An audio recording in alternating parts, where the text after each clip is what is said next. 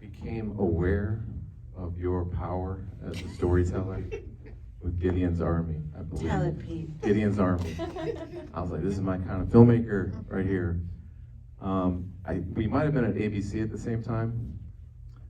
I was a young pup of a producer, and I think you were an attorney there. And I think I was a young pup of an attorney. something called you. Something called you.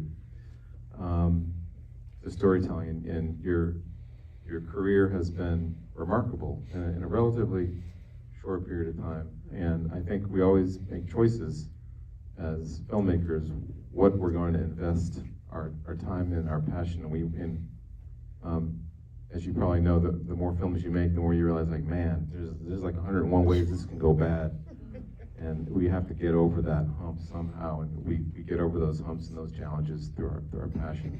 What moved you to want, especially something high profile like this, where you know the film is going to get made on some level, whether it's a short or a feature? What compelled you to want to do it, and at what point did you know how you wanted to tell Breonna's story? Well, first, thank you all for being here. This is like, I haven't been to San Francisco since pandemic, so it's so nice to be here and see all of you.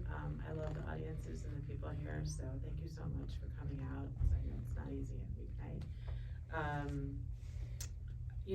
So Sheila Nevins, longtime curator for HBO and now MTV Films, she kind of did the equivalent of like ripping an article out of the newspaper, and she just attached it to an email. I didn't even know what it was, and she said, you should make a movie about this, and I'll pay for it.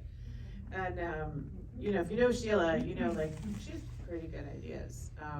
So I was really intrigued, and I read about it, and I think, like so many of us, I was doing other work, but I was really feeling the need to respond to everything that was happening around me, and I didn't really know how. Because if you're already in the midst of a project, you can't just like inject, protest footage into the middle of your whatever. And so like this was that opportunity. So we did not have the gift of time, and in some ways that was a blessing, because we just had to go into it. The other thing truly is my kids. They were kind of just like stuck in the house, but they were not just stuck because of the pandemic. They were stuck because they're two Black boys, and my little one said, I'm afraid of the outside world, which just like cracked me open. So Sheila had her idea. She literally called in April, and I was like, okay. But then she's like, I want to have it this year. So I was like this year? This film has a lot of San Francisco in it. Naima Jordan, Naima, stand up. Naima's producer. And so like she's a secret weapon. I had Naima, who flew down to Louisville, really connected with Ms. Palmer. As you see, she had a lot of trust coming in with us. And Jessica Congdon, who now lives in Germany but was living in the Bay Area, edited. We had just finished, we did John Lewis movie together, we did The Way I See It together, so Jessica is like, we have really bonded, but I think all of us were just really feeling the need to add a voice. And so we just started, and I said, if Tamika Palmer will do it, then I think we have something to say. If Amy will talk, and if Tamika will talk, and they both just said yes. So sometimes the documentary gods are with you. Was that difficult, especially with Amy, with her sort of stature, and I'm not going to call it baggage of having done the Obama's portrait, but that association?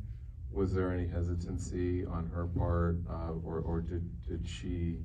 What was that conversation, and at what point did you understand how you wanted to use that notion of her representation of Breonna and people's reaction to it? The idea of how to incorporate Amy's discussion came from Amy, because she's told me that a lot of corporations had reached out to her, a lot of people wanted artists to be like, you know, I'm gonna make up a name, this is not the case, but like GM or something.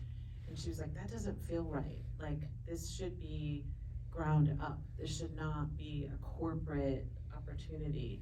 And so she was having the same feeling. She was casting around for some way to use her art to help.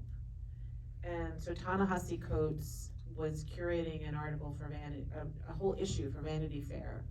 And he called up Amy, because I guess famous art people just know each other, they can just call each other. So he just called her and said, will you paint this portrait and do the cover? And she said that felt right. But so she just painted the portrait to be photographed for Vanity Fair. And then that's why she says, we have this painting, which we did this so fast, so I was like, oh, that's kind of an important part. So now you know. So she had this portrait, and then it was Amy who said, I have this portrait, it should be in Louisville. She could have had it in any museum in the world. I mean, Amy's paintings sell for 7 figures.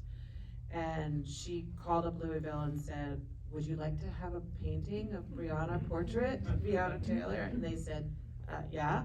And she said, but I don't want it to be just a painting, I want it to be an exhibit. And so she said, do you have a Black curator? And they said, nope. And so they went and they found Allison, and then Allison worked with Ms. Palmer to create. So Amy was the driving force of how this should happen, that this should be a story about art and healing and representation. And then it just came together so beautifully. Naima worked her magic, and Tamika Palmer's mother never let anybody film that room of her daughter. That's her private space. And she just said something like, you all have beautiful spirits. And so she let us film that.